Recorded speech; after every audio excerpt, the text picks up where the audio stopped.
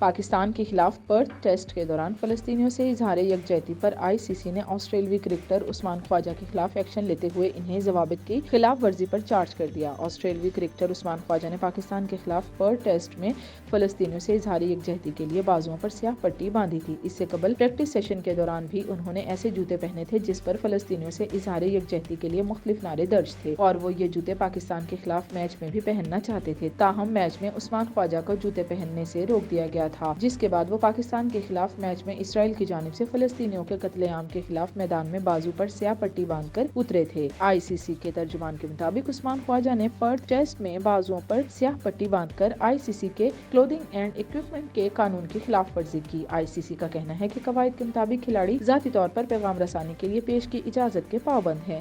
عثمان خواجہ نے سیاہ پٹی باندھنے کے لیے کوئی پیش کی اجازت نہیں حاصل کی تھی، جس پر انہیں چارج کر دیا گیا ہے۔ آئی سی سی کی جانب سے اس بات کی وضاحت نہیں کی گئی کہ عثمان خواجہ کو اس کی کیا سزا دی گئی۔ قوانین کے مطابق ضابطۂ اخلاق کی اس خلاف ورزی پر عثمان خواجہ کو فی الحال صرف تنبیہ کا سامنا کرنا پڑ سکتا ہے۔